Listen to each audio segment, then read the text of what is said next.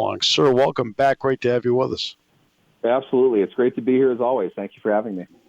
So tell us about the new job and what's expected out of you with the new job, Neal.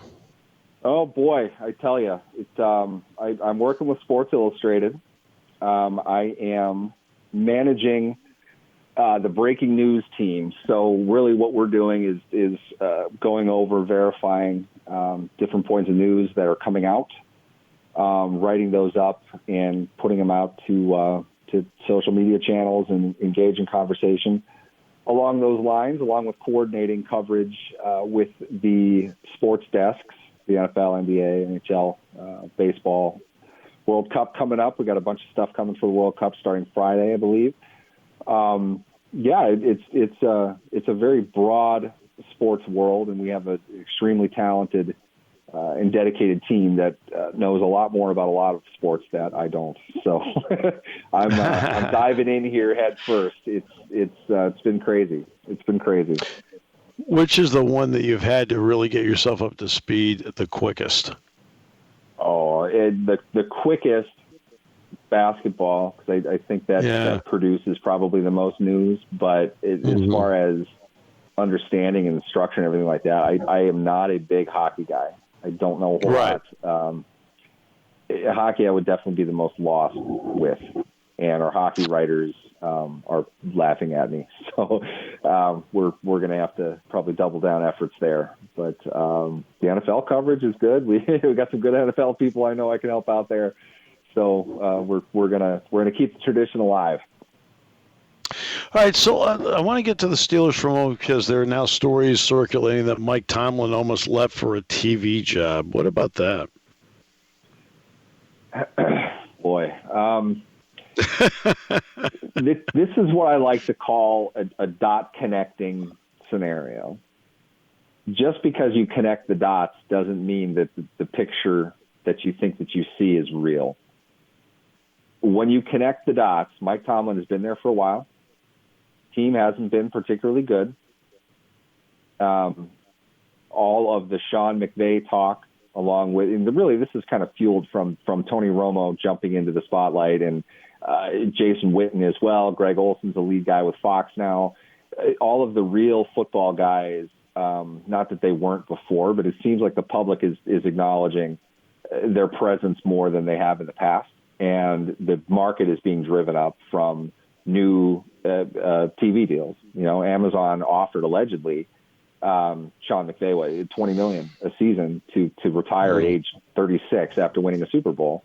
He probably thought long and hard about it. I'll say this: if you know Mike Tomlin, if you have worked with Mike Tomlin, if you've sat and listened to Mike Tomlin for any amount of time, if Mike Tomlin somehow failed as a coach, he would be the best studio analyst in the world. He is the most naturally charismatic and intelligent person you're ever going to meet. He is born for that role, and I find him to be an excellent NFL coach. That said, I think you're connecting a lot of dots to suggest that Tomlin would go do that. Because to be honest, again, if you know Mike Tomlin, he lives, breathes, and eats football. He wants to be at the front lines. We've talked about this. When he goes to college pro days, he's like a kid on Christmas Day.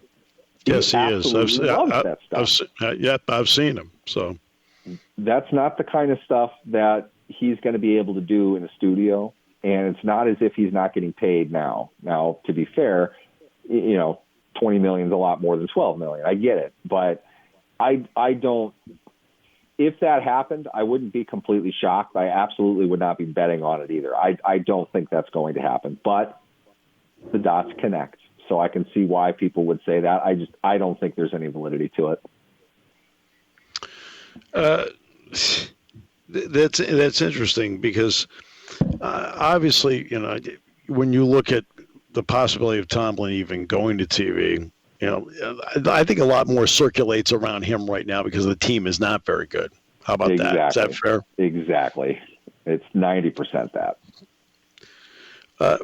When you look at the league right now, There's some now. There were some fun games over the weekend. Green Bay, Dallas was a fun game. Obviously, Buffalo and Minnesota was a phenomenal game. Why are we not seeing as many fun and phenomenal games right now, where those games really stick out? I think there's a correlation with what we're seeing, generally speaking, out of quarterback play and to some degree offense. What the public is going to say is a great, fun game is the combination of an above average point total, highlight plays, and drama. You really couldn't define better than what we saw Sunday with Minnesota and Buffalo, which was just the most fun ending you've ever seen. Even if you weren't emotionally invested, we saw historical events. There's only one other team in history. I don't even know who it is. I just read the stat. One other team in history has scored a defensive touchdown to take the lead in a game with less than a minute to go. I mean, it's happened once since 1970. A lot of games have been played. That's super cool. Back-to-back defensive wins on a short yardage play. I mean, from basically the same spot. It's crazy. You don't see stuff like that. The rarity factor definitely comes into it because of that. I would say, though, top to bottom, you're just not getting great play from quarterbacks. And it's not just Aaron Rodgers is having an off year, Tom Brady's kind of falling apart. Overall, it really kind of seems like the defensive football has taken a turn from where it was. And I'll use this as a moment to really push this. The NFL owner that's really paying attention to where football is right now is looking very hard at hiring DeMeco Ryans. Because if you look at what San Francisco's defense does schematically, it hasn't been, locked down every single game, but they are creating more of the havoc that we're starting to see matriculate around the rest of the league. And the bulk of it is in how he's using his safeties. They're very versatile. They're interchangeable. They're not even really, you might be able to call them left and right, but they don't have an assigned position. And he's got both of them playing all these different things. And at the same time, presenting so much cover two, big plays aren't going down the field against them. And I think a lot of other teams are starting to employ that. The Steelers went out, they want to play cover one. They went out and made a trade for, what they hope to be a man cornerback to help play the defense that they want to play. Unfortunately, William Jackson apparently is, hurt for a month. And whether they knew that or not is a different story for another day. But what did we see on the interception? The second interception, the one that KZ got. Levi Wallace, who's been kind of dogged a little bit this season, was playing man straight up, did a great job, turned and ran with the receiver. The safety came over and made a play on the ball. That type of play is becoming more and more valuable. And I think that the smarter teams are avoiding deeper plays because of this. They really don't want to turn it over. And what's the old adage? You can never go broke by making gains, right? They're going to be the CEOs. They're throwing 5, 6 yards down the field all the time, but they're not being able to convert in the red zone. So teams aren't scoring as much. The public is going to view a great NFL game as 34-31. They're not going to look at 20-17 the same way. They're not going to look at 10-7 the same way. It has to have points, and scoring is down. Big plays, more than anything, are way down. And I think a bulk of it is just because across the league, we're starting to see a lot more of the stuff that San Francisco has been doing, whether it was under Robert Saleh or now under DeMeco Ryans. They are crushing teams back and not giving up big plays. They're attacking downhill with their safeties who are covering a lot more ground. And that is making, from a public's perspective, a game less interesting because they're not able to hit on the big plays and they're not scoring as much. Peter King from SI, my apologies, from NBC, Football Morning in America, formerly of SI, went to Munich and witnessed the Seahawks-Tampa Bay game and came back raving about the atmosphere and the enthusiasm for the NFL. And now there are stories about maybe playing a game or two in Spain and so forth. How do you view this dalliance by the NFL over the years into Europe and not just London? I think it's hard to say. I mean, you know, Cortez wanted to conquer more land. You know, he wanted to find more opportunities. That mentality is pretty common in business. It's not a surprise. Was Cortez the NFL commissioner before Pete Rozelle? I'm just kidding. I think he was. He was the guy that wanted to go to Canada.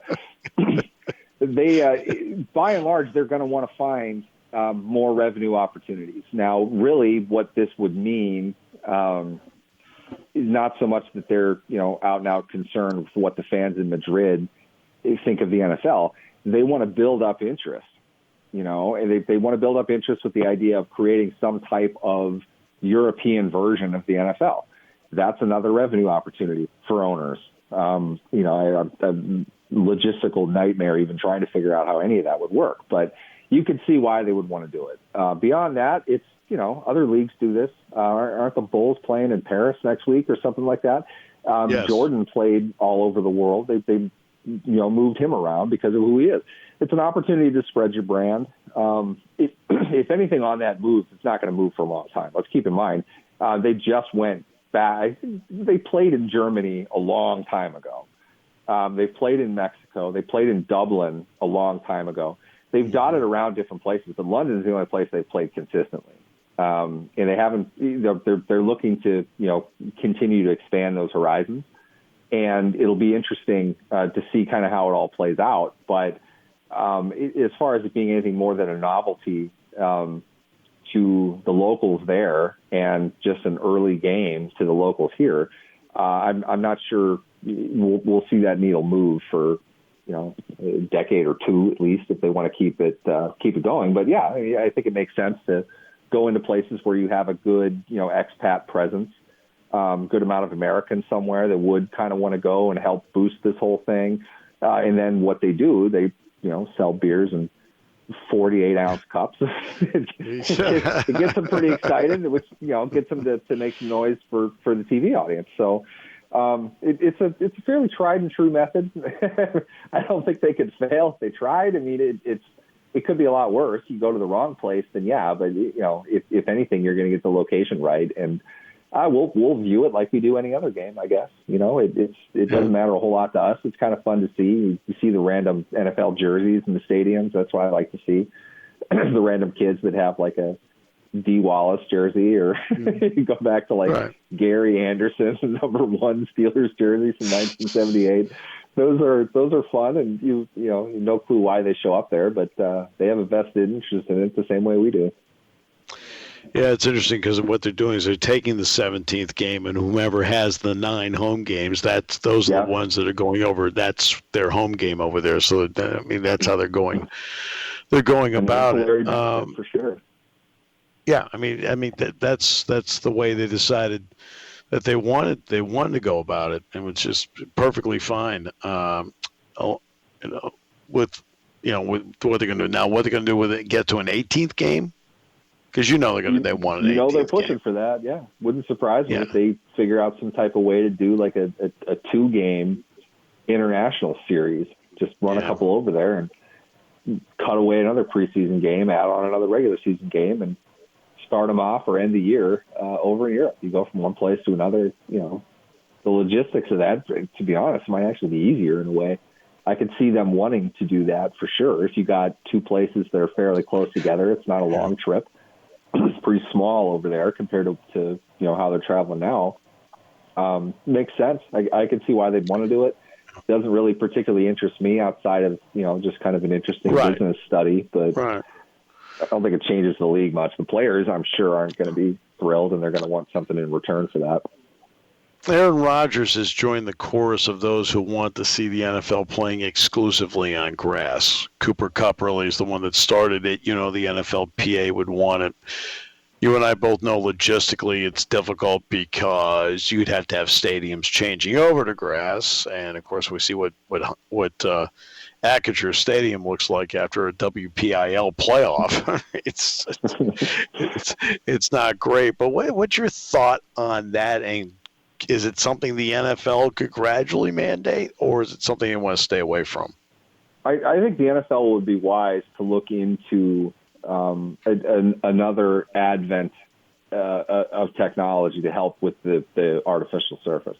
There's no way they're getting rid of that. It's funny, and I don't mean to try to dunk on Aaron Rodgers or deflate his point with this, but I saw at what was then called Heinz Field, Jordy Nelson, his receiver back in 2015, tore up his knee on a natural grass stadium, and he screamed about preseason games. Just like, well, injuries happen. This is part of the game. That's not to say artificial turf. It is absolutely the best option. It's not. You ask any player, they're all going to tell you that it's grass. Grass is extremely expensive to maintain, and nowadays, in particular, local communities need artificial surface to maintain the environment that they have, to try to put something out that people can use. If NFL stadiums are coming out to say, well, no, this causes injuries, we don't want to use it, I don't want to suggest that sport turf or any of its competitors is above the law, but you're going to create a significant amount of problem if you are going to say there is an abnormally higher amount of injuries on an artificial surface than grass. There's a lot that's going to come with that. I will say that before everyone's yelling and changing the station. I have not seen numbers that prove that. I have heard a bunch of players complain about it, but like I said, I've seen players tear ACL and non-contact injuries on grass. It happens. A buddy of mine from high school played with the Texans. He blew out his ACL twice on grass. Same spots pretty much and different knees. It's not – I don't think it's entirely surface. Surface can cause that, yes, but it's hard to make that the linchpin of what's already a dangerous game, and they're not going to get rid of it. Pittsburgh is one of the few places that insists on only playing on grass. That's just the way that they want to do it, and I'm glad they do. I think it looks better. I like to see it that way, but the cost differences are absolutely massive nowadays. Always a pleasure, my friend. Congrats on the new job, and we're grateful that you're going to continue on with us as well. Well, thank you very much. I'm looking forward to it. You guys have a good day.